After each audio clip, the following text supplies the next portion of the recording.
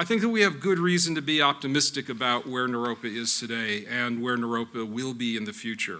It isn't news to anybody, I don't think, that higher education across the world is at a place of transition, unlike any other transition points in the past. Naropa needs to offer similar services to serve our students. We have to meet the same federal and state obligations and regulations. We have an obligation to meet our mission by supporting a thriving community and staying connected to our founding heritage, but as that heritage ought to manifest in the 21st century. Although it's clear that enrollment is the lifeblood of Naropa, we can't just grow for the sake of growth. We need to increase our numbers by addressing the needs and the passion of our interested students. I hope it's clear that excitement about the contemplative foundation being the heart of what we offer is what's most exciting to students that come here. But more to the point, we also have to structure our programs to be as applicable as possible to how students want to engage in the world. And I'm really pleased to be able to say, if people are not focusing on it yet, that the faculty has done some really important work. We have launched a new BA in art therapy, very much in response to student request. We've brought back a low residency MFA in creative writing, a program that really wasn't working the way we wanted it to work some years ago, and the faculty took this, I think, somewhat gutsy move to actually put it on hold for a while we took a fresh look at how to develop that program. And we're very close to being ready to launch an early childhood and a K-12 teacher licensure program, which is hugely exciting for us, I think. This licensure program will qualify people who leave here to be able to teach from preschool through high school, and will importantly include certain endorsements that we're working on with the state of Colorado that will specifically say that teachers graduating or students graduating from Naropa will be capable of teaching in certain specialized areas, and those areas will include the arts and in some fashion in mindfulness and contemplative pedagogy. This is really, I think, important to us because I think Naropa is uniquely positioned to be able to offer that kind of an endorsement in a world where basically right now it's the Wild West. Anyone can say that they're a mindfulness or contemplative teacher.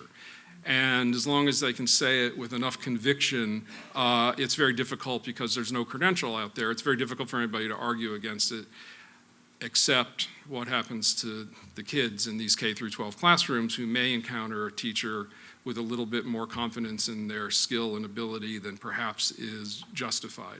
And I think that we can be confident that graduates from Naropa who carry that endorsement are actually carrying it in their hearts and have really kind of gone through a process where we can feel comfortable that the Naropa degree will actually mean something. And the next step is finding ways, particularly at the graduate level, to start for graduate students to be able to study here through other ways, more flexible ways of engaging Naropa. That will probably look like some evening and weekend programming that will be an option that people with full-time employment and other family obligations and so on will find a better way to connect with Naropa. It'll also include finding ways to more effectively deliver low residency options, so-called online programs.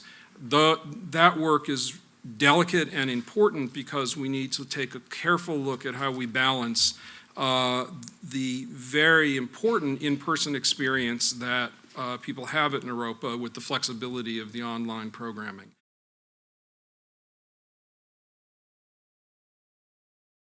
Many of you know that last summer we realized that we were going to face a challenge with our fall 2015 enrollment.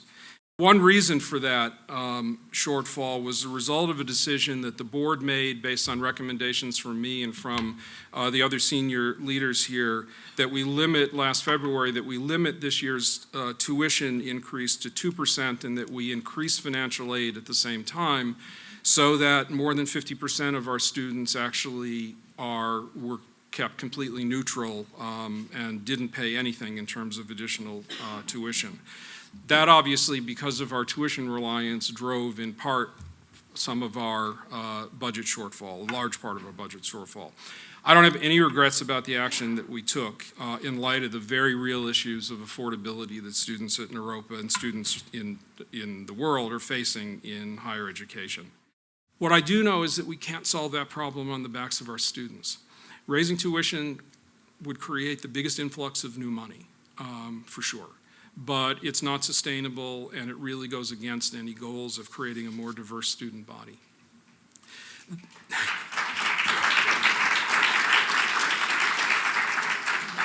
So that's not to say that we can't promise that tuition is never going to move. But finding new sources of financial support, as I described earlier, beyond the resources of our current student body and their families is among the most important challenges that we face. The 5 centers that we currently have, we have the Authentic Leadership Center, which is working from what at Naropa for many, many years was this 15-week leadership certificate program, but now kind of looking at ways in which we can expand our leadership offering to a broader world and really interestingly tailor what we're doing to the needs of individual industries, individual organizations, nonprofits, for-profits, and so on. We've also reestablished the famously called Sixth School, our Extended Studies and Professional Development School. I say every time I say something about the Sixth School, I say that the name is going to change soon. It will, but for the moment, it's what it is. And that school has already gotten underway and has been doing its work. It will be an opportunity for people to engage Naropa in a whole variety of ways. 2 weeks ago, we had an exceptionally well-received day-and-a-half conference on end-of-life care, which was a remarkable thing, keynoted by Vassar Bird, a Naropa alum, graduate from our gerontology program in 2001, and which included kind of everybody in the region that's doing work in end-of-life care and is leading to strong interest now in a national conference that Naropa will sponsor sometime in the near future to really kind of move more deeply into this dialogue. But that's one of the kinds of things that the Extended Studies School is working on. Another center, which some of you are aware of, is the Center for Bhutan Partnerships. In the area of new initiatives, we also had the opportunity last year to acquire the curriculum and some other resources, including the name of the unfortunately closed Boulder College of Massage Therapy. And we're well along in the way of reestablishing an accredited program that will be financially profitable, that will build on BCMT's 40-year history, that will connect us with their thousands of alums around the country. Moreover, our faculty is taking a look at how BCMT curriculum might be integrated into our current programs. Yoga studies obviously comes to mind, other health and healing offerings. We'll begin it slowly with kind of restoring a massage therapy certificate that people can trust. But I have to say I see it as a step toward a much more robust and integrated health and healing platform that pulls together the work that we're both doing now and the work the faculty is interested in doing going forward. For the long term, I think they're going to be significant contributors to our overall resources and become significant generators of revenue.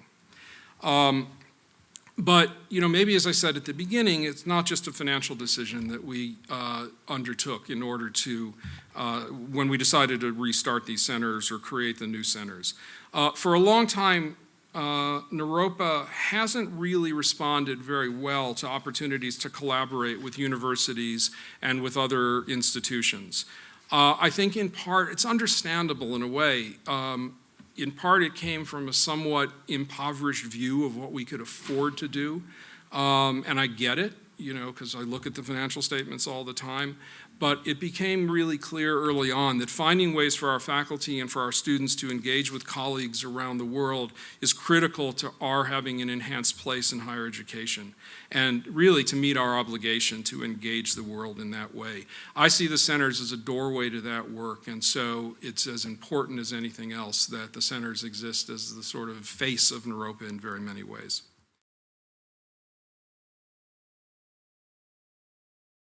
We've also embarked on ways to connect more strongly with the Boulder community.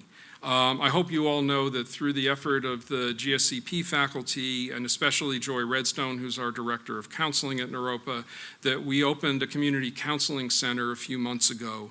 That center, which is located on Table Mesa and Broadway, is now providing mental health services really through the efforts of supervised Naropa graduate student interns to the broader Boulder community on a low-cost basis. Something that is a huge need in Boulder. There's a fairly good network of acute mental health care options for people, but for people that are not manifesting in that way, that need some counseling support, for whom that would make a big difference in terms of the life direction, those options didn't exist in any affordable way. And so the counseling center is a first step toward meeting that need. We're about ready, which is I've had some experience with, and it's not easy. We're about ready to apply for a Medicaid license that will allow us to serve even more low-income people. And as Matt mentioned, we did just begin our relationship with Community Table Kitchen, which is a social enterprise created by the Bridge House.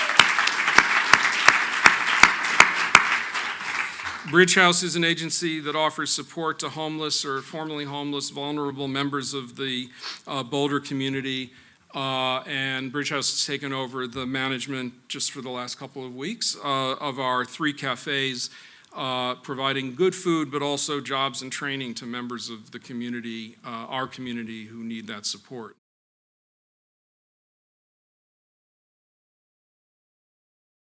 Clearly, the work of creating a more diverse and inclusive community has been at the forefront for the past year. We have scheduled town hall meetings and other gatherings, including a reception tonight, to discuss this work more deeply, but I need to acknowledge it here.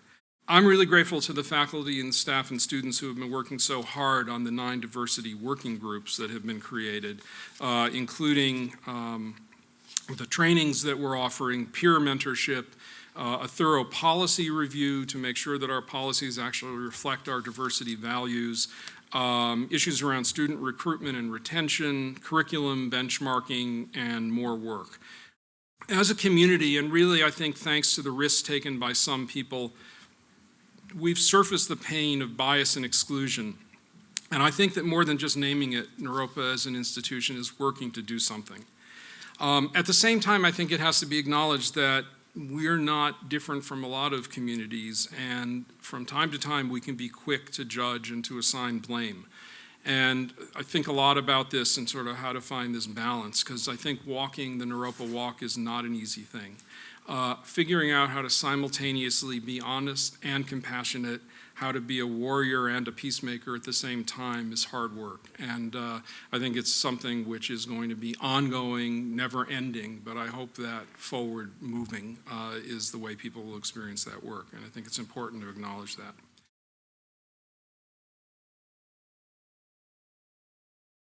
Naropa was a pioneer in the contemplative education movement, but we need to acknowledge that we entered a somewhat insular period of some years ago. Our faculty have a lot to offer, and supporting those opportunities is an essential thing for us to do. The faculty talks and papers and research, which we will more and more frequently share on our website, are adding greatly to an increasing body of knowledge, and Naropa is reestablishing itself as the sort of center of this work around the world.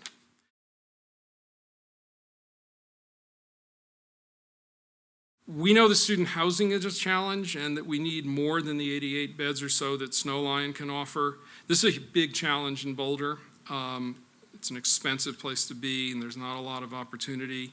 I am happy to say that we just signed a long-term lease with a local developer who is building an 18-apartment building just to the east of the Tibet Kitchens, a few blocks from this campus, the old Dairy Queen site, which some of you fondly remember because we owned it at one point. But that will offer 28 new beds in a building that will be scheduled to be open in 2017. And interestingly, we were invited in return for our lease agreement to participate in the design process so that we could ensure that in that building we'll have some community spaces that are actually serving the student body there, which is work I will note that we have to do at Snowline.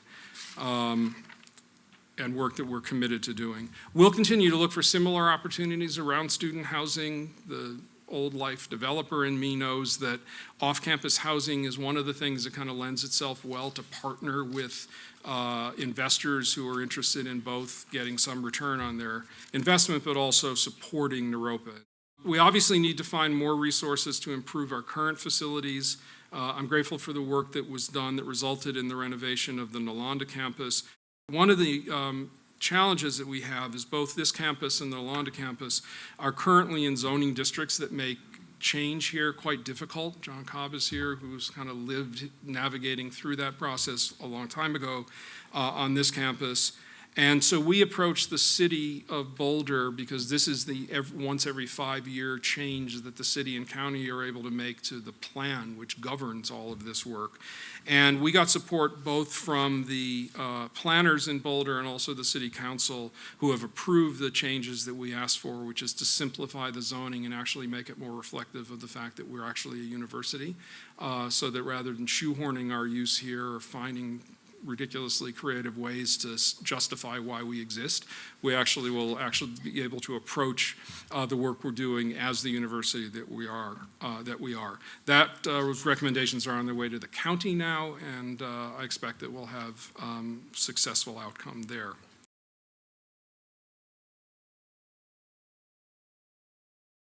I'm aware that effectively and humanely managing our institution means that better attention needs to be paid both to our organizational structure and especially to the resources and other support that staff and faculty should expect.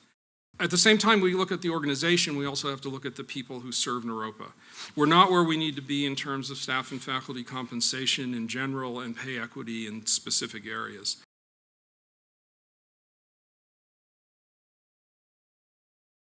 Obviously, cultivating generosity through donations is an important source of our financial success and our financial support.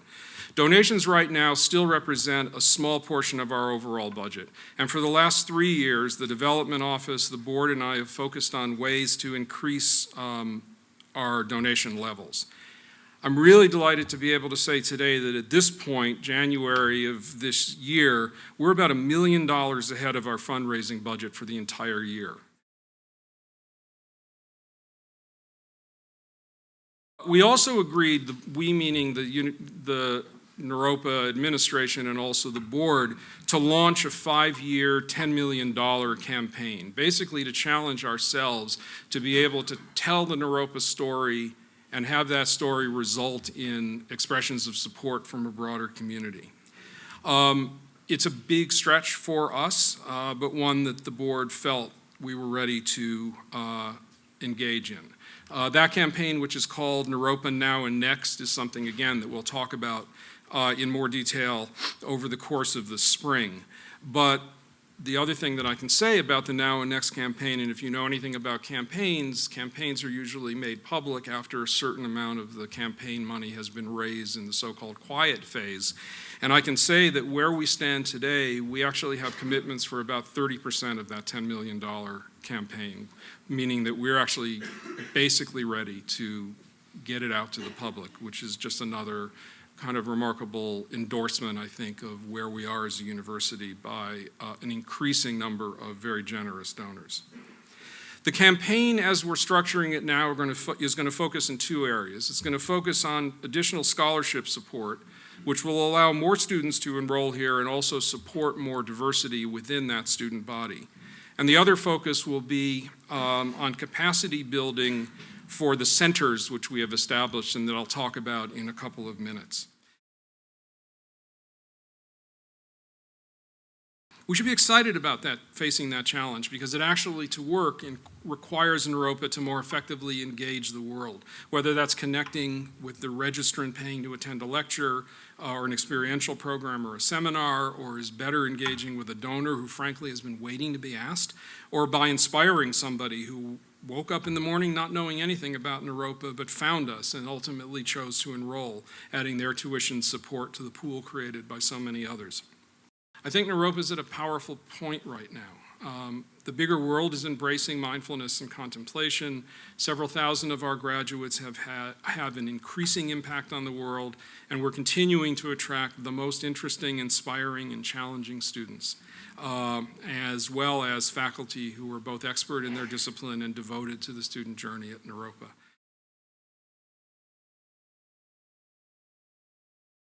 I continue to be honored to serve Naropa.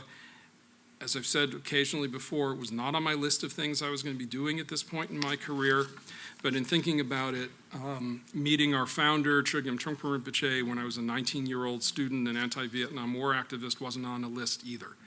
And I've come to find out over these sort of 45 years or so in between that discovering what's not on the list is actually a lot more fun.